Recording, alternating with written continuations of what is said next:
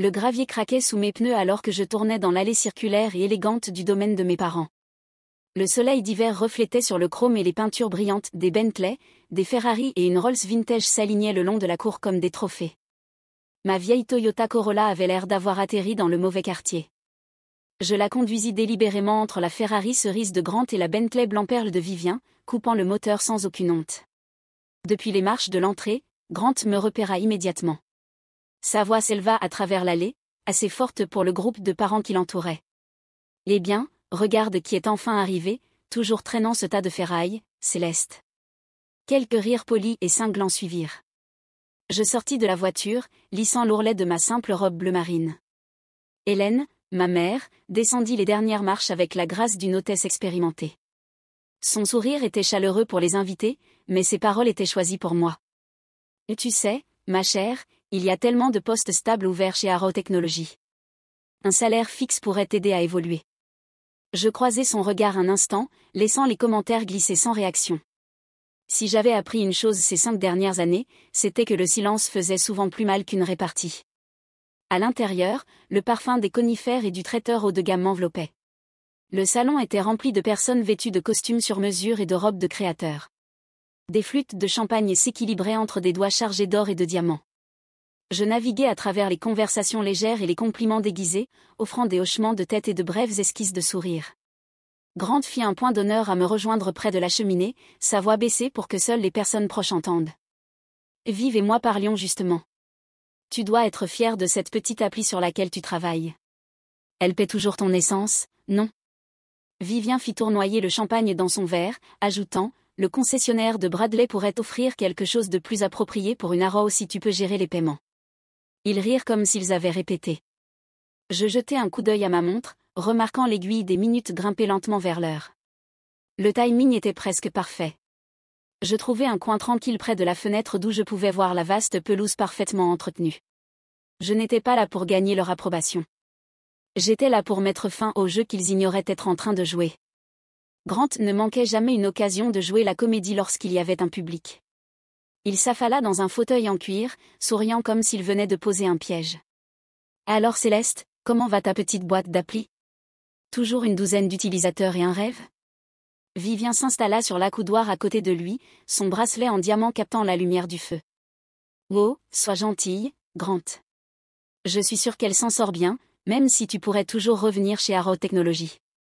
Papa pourrait te trouver quelque chose de sûr, avec des avantages. » La façon dont elle prononça « avantage » ressemblait à une forme de charité. Avant que je ne puisse répondre, mon père apparut avec un verre de whisky, arborant cette expression soigneusement dosée de fierté et de pitié qu'il réservait pour moi. « Céleste, l'offre tient toujours. Responsable des opérations dans la division tech. Pas de honte à reconnaître que tu as besoin d'aide. C'est la famille, après tout. Famille. » J'avais entendu ce mot utilisé à la fois comme une invitation et comme une arme.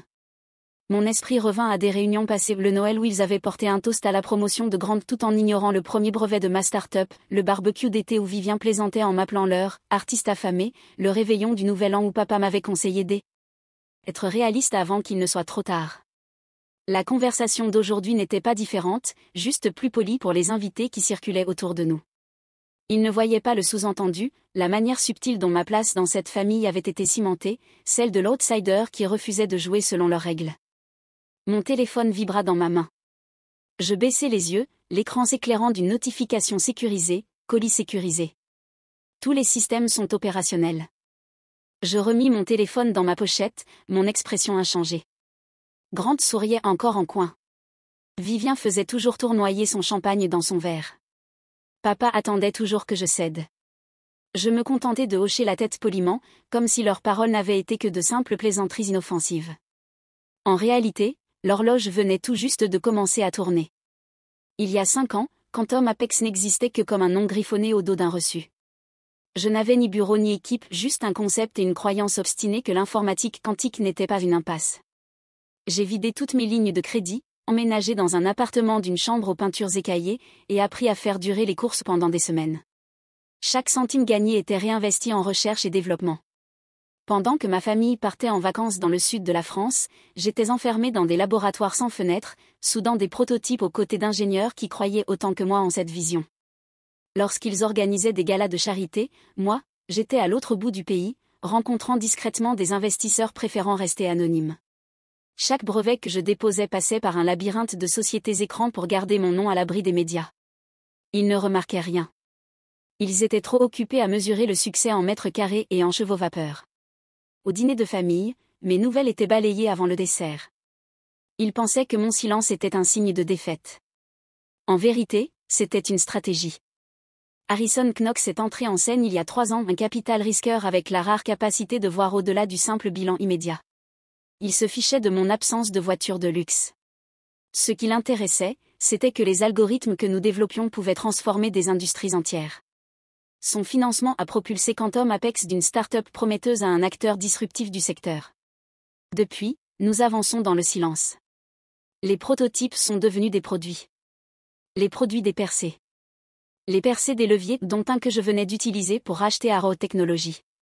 Je jetai un coup d'œil à ma montre. 5 minutes avant l'heure. Mon téléphone restait chaud dans ma main, le message reçu plutôt tournant encore dans mon esprit.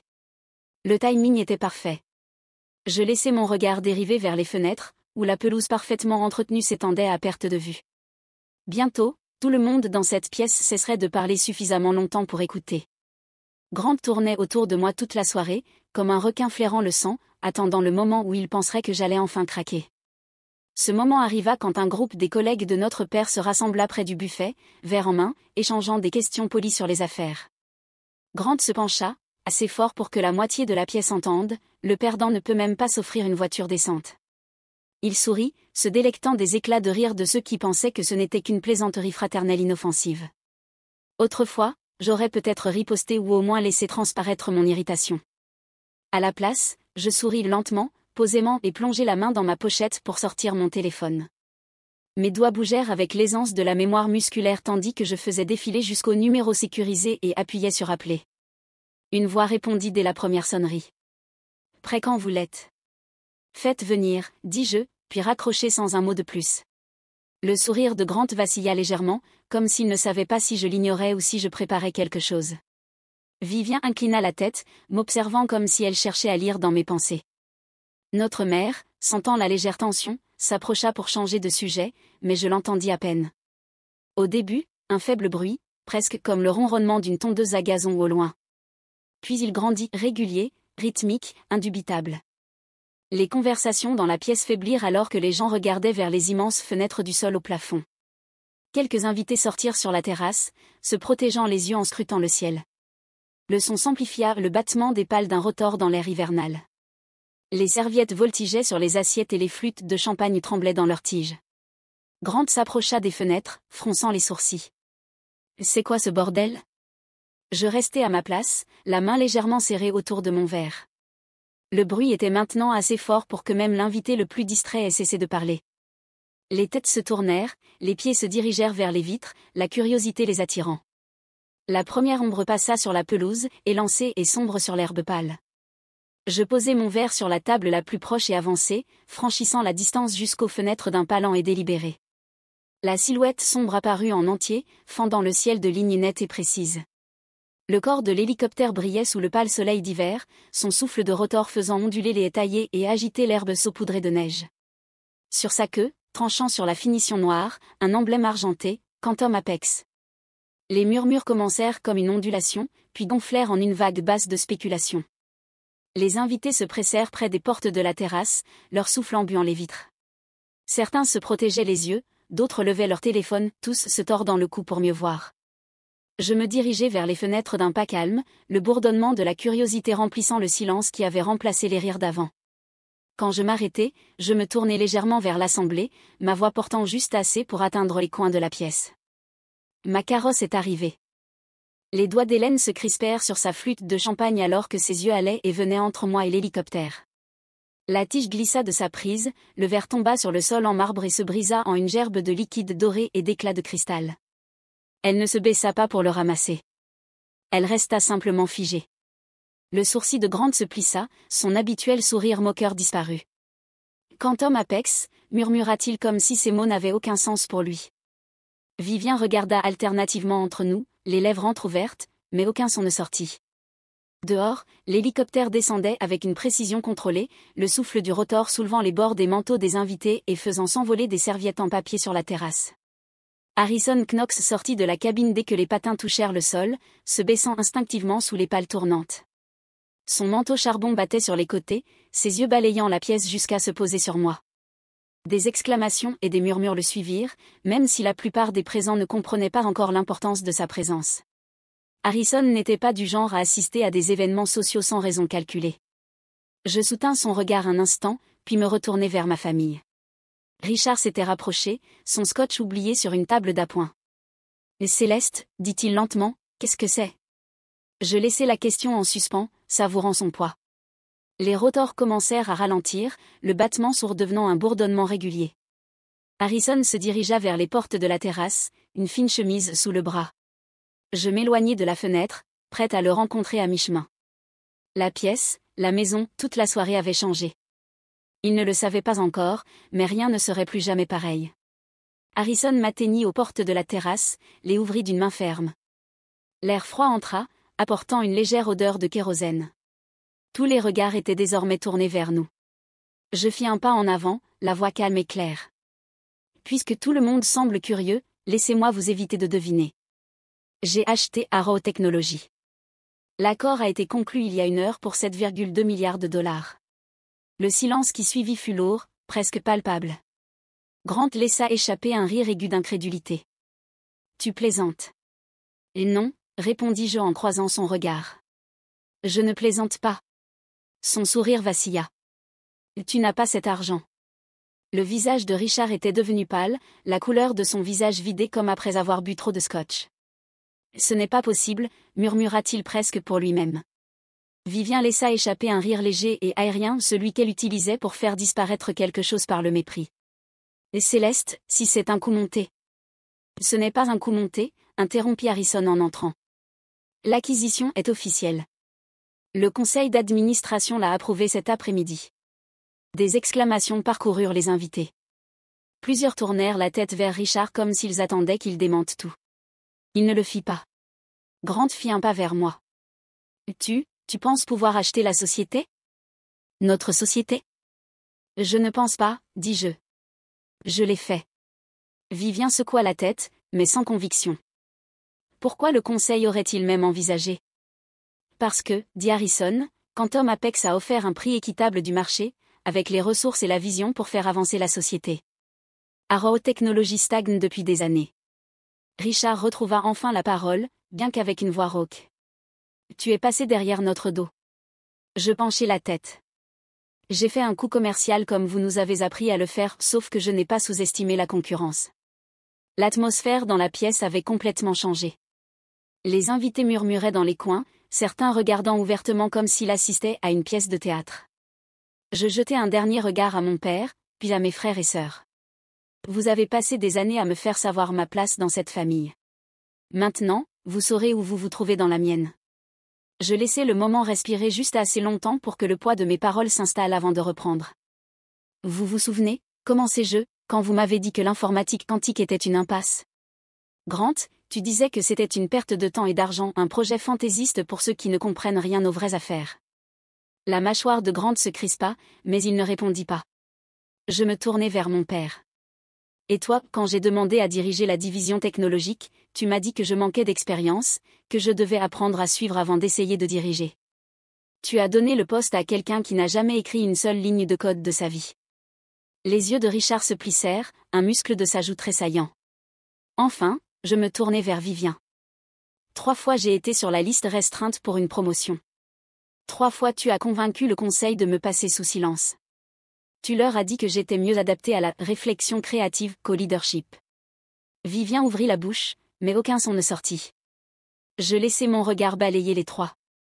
Les brevets que vous avez tous ignorés, ceux que vous avez qualifiés d'impraticables, valent aujourd'hui des milliards. Chacun d'eux appartient à Quantum Apex. La même technologie que vous avez rejetée est ce qui a rendu cette acquisition possible. Harrison s'avança, posant un dossier sur la table basse. À l'intérieur se trouvaient des copies des dépôts de brevets, des évaluations de marché et des accords de licence. Les pages s'éventaient comme un jeu de cartes, chacune une preuve des années pendant lesquelles ils avaient cherché à me saper. Vous avez construit des murs pour me tenir à l'écart, dis-je d'une voix ferme. Moi, j'ai construit quelque chose de plus grand que vos murs ne pourraient jamais contenir. Richard baissa les yeux vers les documents, le poing se serrant. Grant changea de poids d'un pied à l'autre, évitant mon regard. Les doigts de Vivien se crispèrent autour de son verre au point que j'eus l'impression qu'il allait se briser. Et puis, dans le coin de mon champ de vision, je vis un mouvement furtif des journalistes qui montaient sur la terrasse. L'heure qui suivit fut un tourbillon de flashs et de questions criées. La terrasse s'était transformée en fosse de presse. Caméras et micros étaient braqués vers le podium qu'Harrison avait installé au bout de la pièce.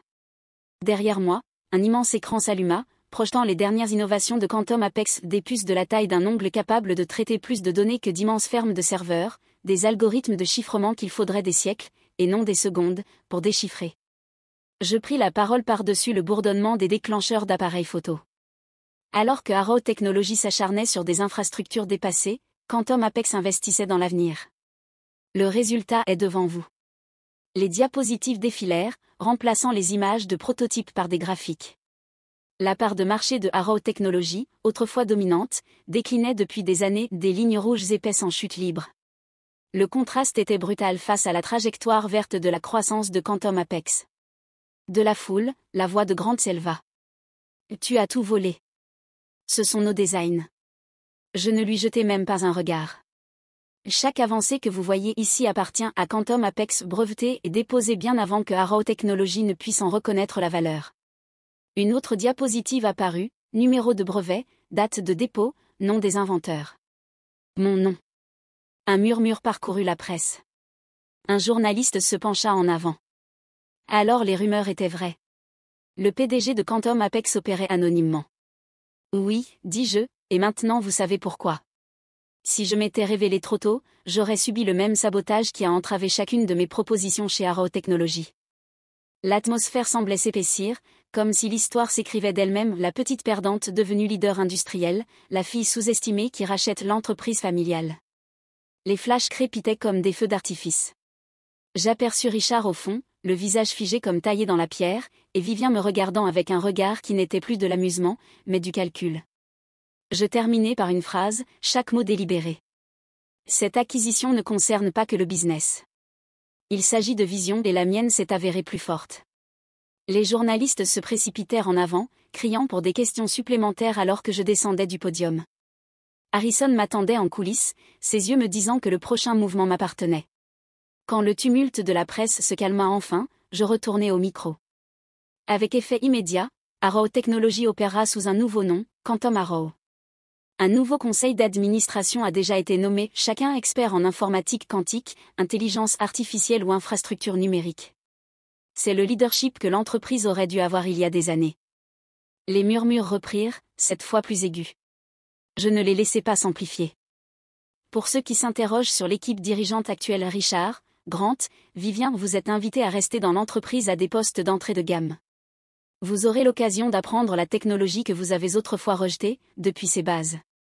Le visage de Grant vira au cramoisi. Tu ne peux pas être sérieuse. Si, répondis-je calmement. La vraie innovation ne s'hérite pas. Elle se mérite. Vivien croisa les bras, la voix dégoulinante de mépris. Tu t'attends à ce qu'on prenne des ordres de la part de personnel subalterne ? Si vous voulez rester, répondis-je. Hélène s'avança sur le côté de la pièce, la voix basse mais urgente. Céleste, c'est ta famille. Il n'est pas nécessaire de les humilier. Ce n'est pas une question d'humiliation, dis-je, sans quitter son regard. C'est une question de responsabilité. Richard ne dit rien, mais je vis sa mâchoire se serrer, le muscle se contracter comme s'il retenait des paroles qu'il regretterait. Je refermai le dossier devant moi et le tendis à Harrison. Décide vite. Le nouveau cycle de formation commence lundi. La pièce retrouva le silence, ce silence qui suit un tremblement de terre. Tout est encore debout, mais rien ne sera plus jamais pareil. Je descendis de la scène, le bruit de mes talons sur le marbre marquant le début d'un ordre très différent. Depuis mon bureau pentouse, je les vis debout dans le hall, Richard, Hélène, Grant et Vivien, chacun portant un badge visiteur jaune vif accroché à leur manteau de luxe. Ils détonnaient avec le verre et l'acier du siège de Quantum Apex, tels des reliques dans un musée moderne. J'attendis que la réceptionniste m'annonce leur arrivée, puis descendis en ascenseur. Les portes s'ouvrirent sur le son de leur voix basse, tendue, incertaine. Bienvenue chez Quantum Apex, dis-je en traversant le sol de marbre vers eux. Ou, depuis 7 semaines, Quantum Arrow. Votre premier jour commence maintenant. Grant se raidit. Vivien fixa une sculpture décorative près des ascenseurs. L'expression de Richard restait impénétrable. Je remis à chacun un dossier mince. 6 mois de formation intensive sous la supervision de nos managers juniors, des gens qui connaissent réellement les systèmes sur lesquels vous allez travailler. Vous passerez par plusieurs départements, en commençant par le support technique. Adaptez-vous ou dégagez. Il n'y a pas d'entre-deux. Grant ouvrit la bouche, mais je levai la main. Pas ici. Garde ça pour ton chef d'équipe. Ils t'attendent. Le silence s'étira entre nous alors qu'il se dirigeait vers le bureau d'accueil. Je restai immobile, regardant ceux qui avaient jadis dicté les termes de ma vie suivre la direction de quelqu'un d'autre. Lorsqu'ils atteignirent la porte, je lançai, « Grant, enlève ta Ferrari du parking des cadres. Mon hélicoptère a besoin de la place. » Il resta figé un instant avant d'avancer, les épaules raides, le badge pendant à son revers. Je me retournai et me dirigeai vers les ascenseurs, déjà en train de penser à la réunion qui m'attendait à l'étage.